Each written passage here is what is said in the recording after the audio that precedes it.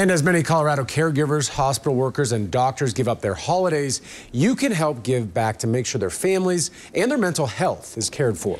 Denver 7's Addie Guajardo shows us how even the smallest gestures can have a big impact.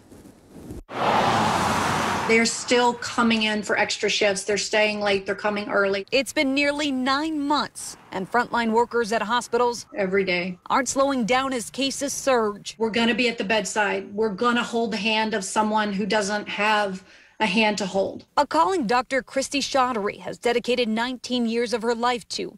Yet the weight of the pandemic at times is unbearable as lives are lost, some patients taken too soon. I'm not sure that I can tell it without crying. In April, howls filled the air thanking our healthcare workers, a gesture that's since faded.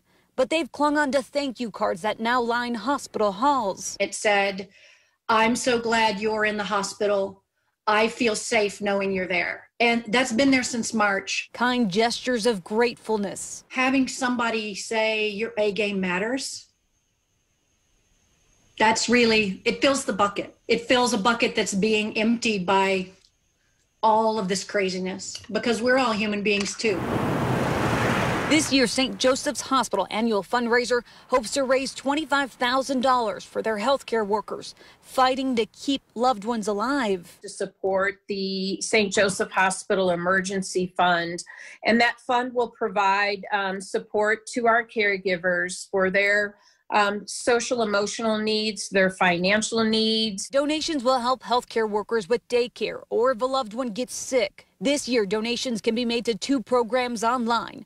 A Season to Shine helps recognize healthcare workers and supports vital hospital projects. Donations of $100 or more receive a sign showing support for caregivers. Light of the City is a wreath auction. People can bid online on 18 wreaths with unique themes created by community artists. What we're trying to do is to say, we value you and we want you to take care of yourself. For those who can't afford to donate money, thank you cards can be mailed or dropped off at the front desk of the hospital. Every drop that gets put back in your bucket is a drop you can give to someone else the next time you come into the hospital. Addie Guajardo, Denver 7.